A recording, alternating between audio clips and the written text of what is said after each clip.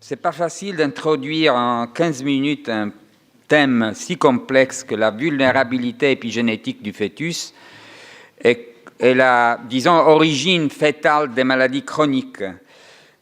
Pour introduire cette révolution conceptuelle, il faut connaître au moins des mots-clés qui sont épigénétiques, l'environnement conçu comme un flux d'informations qui pousse l'épigénome à changer tout le temps, surtout dans la période de la vie, qui est la première, c'est-à-dire l'ontogénèse fœtale. Et ces mots, c'est le fetal programming et developmental plasticity. C'est la plasticité de l'épigénome fœtal.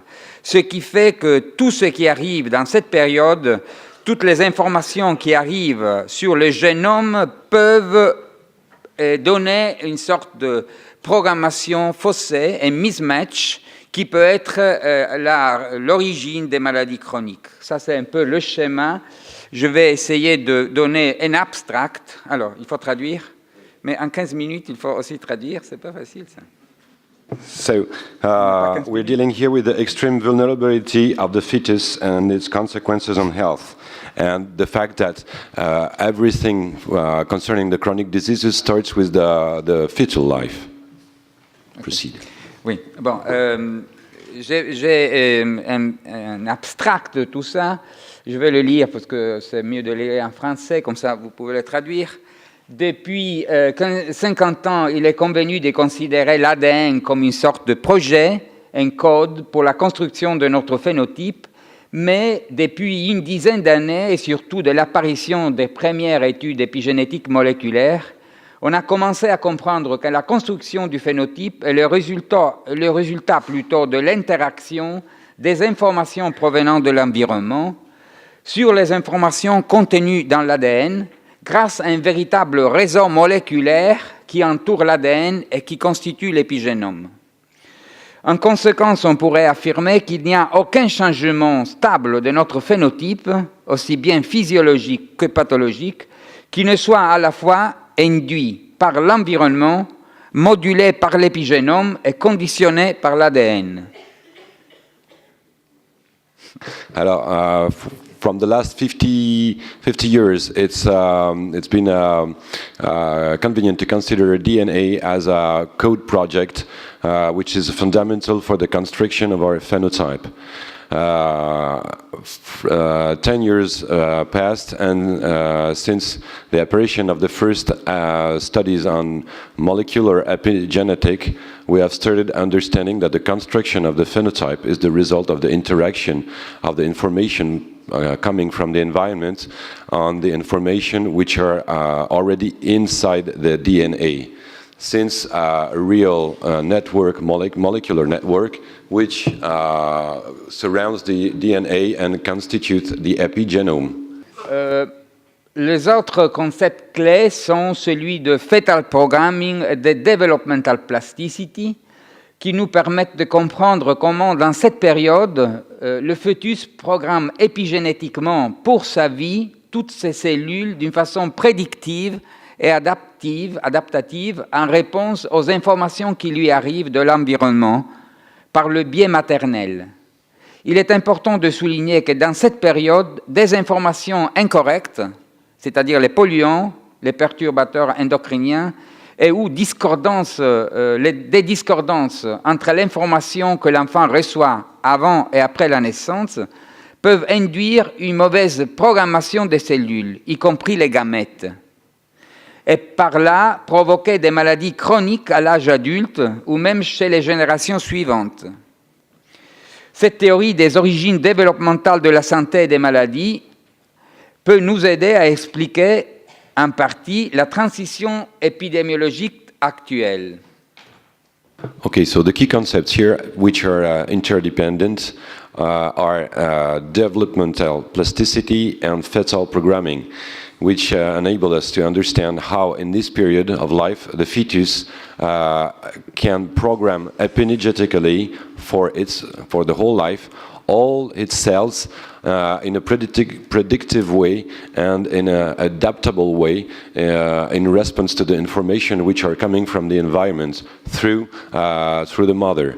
It's very important to underline that in this period, the information which are incorrect or mismatching, like pollutants or endocrine disruptors, and or discordances mismatch between the information that the child receives before and after the birth can lead to a bad programmation of the cells, including the gametes, and there provoke chronic diseases when the subject reach the adult age.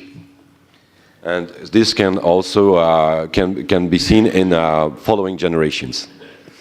Oui, alors finalement, très rapidement, la transition actuelle, c'est-à-dire l'augmentation des maladies chroniques, dégénératives, inflammatoires et du cancer aussi, peut être au moins en partie le résultat des mismatchs de cette programmation. Alors on voit une pandémie d'obésité, de diabète 2, d'allergies, de maladies auto-immunes, de troubles du neurodéveloppement et de troubles neurodégénératifs depuis 30 ans. Ça augmente un peu partout, surtout dans le nord du monde. Mais dans les derniers 15 ans, on a commencé à avoir le même problème au sud du monde, dans le troisième monde.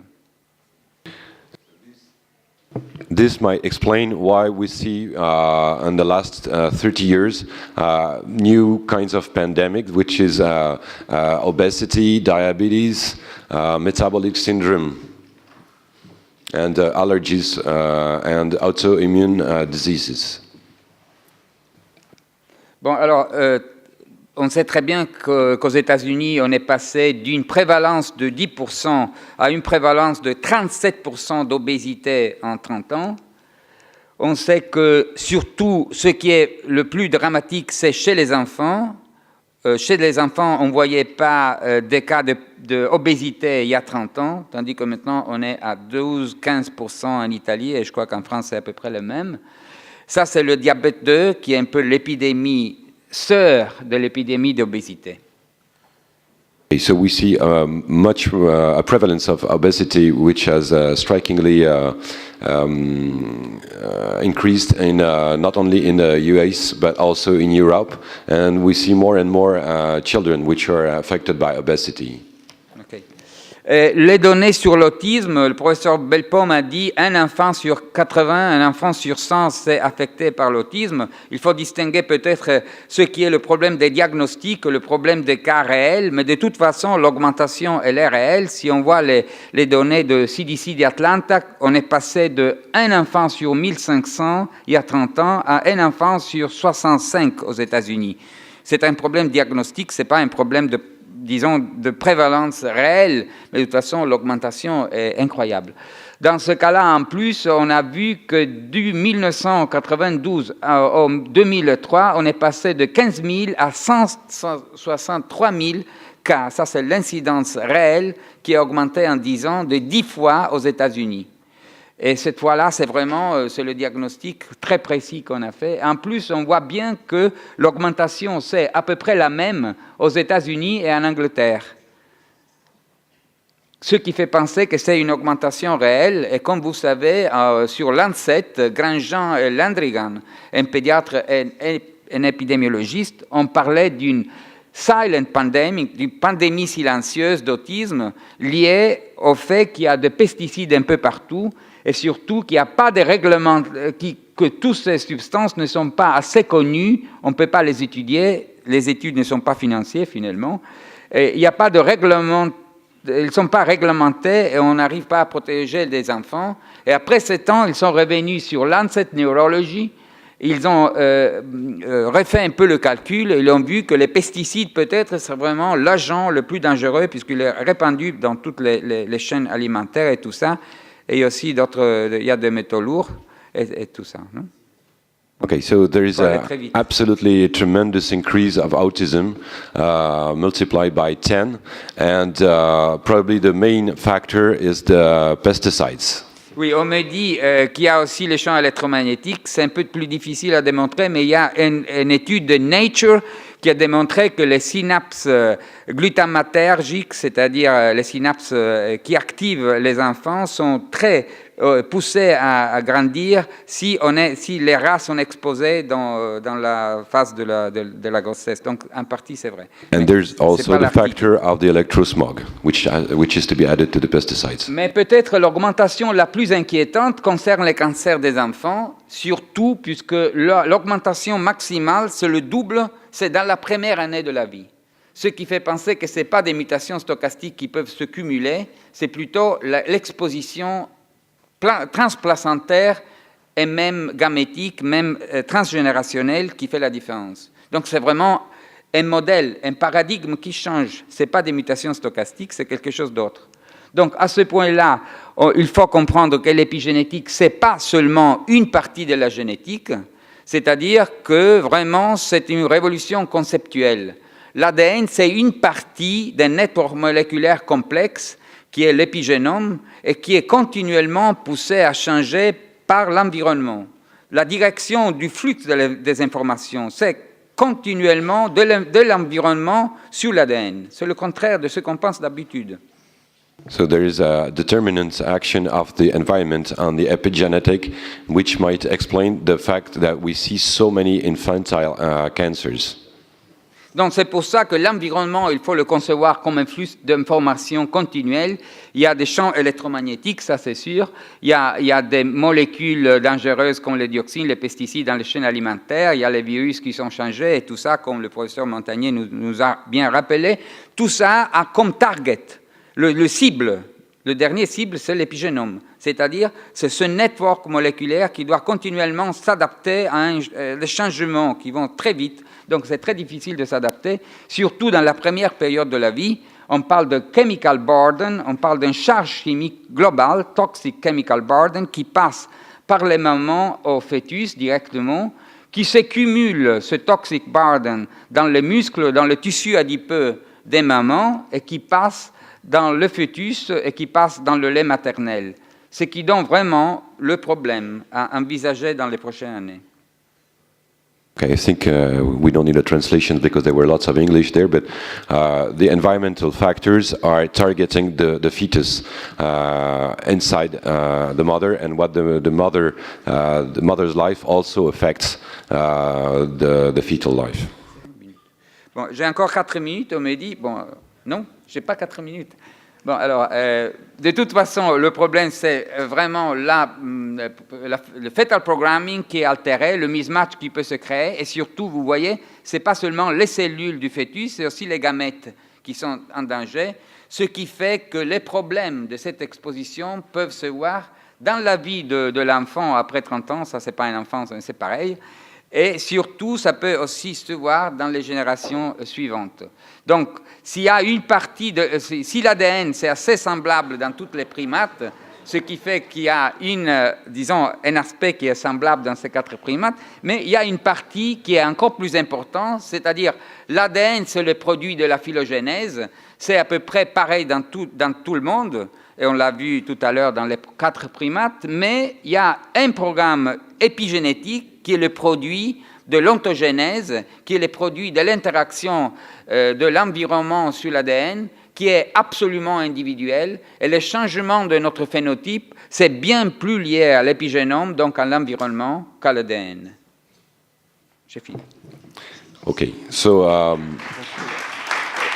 the epigenome is the key factor, and what concerns each individual, and would explain the apparition of chronic diseases, it's the impact of the environment on each separate individual during his fetal life. J'avais seulement 2 diapos, très vite, 1 minute. Alors, c'est-à-dire que les variations de notre phénotype, à la fois physiologiques et pathologiques, ont leur première origine dans la programmation fœtale et sont induites par l'environnement et modulées par l'épigénome. Ce qui fait aussi, et ça, d'après moi, c'est très important, que les études traditionnelles en épidémiologie et en toxicologie doivent changer, puisqu'il faut tenir compte du fait que les effets, on les voit dans les générations suivantes et même dans les générations suivantes, ce qu'on ne fait absolument pas pour le moment.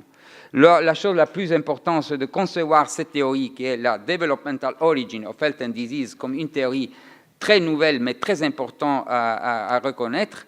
Et la chose plus importante, c'est qu'on n'attend pas, comme Planck disait, la mort de ceux qui sont habitués à un vieux paradigme pour accepter le nouveau paradigme. So toxicology and epidemiology should change completely since they don't take into account the epigenetic.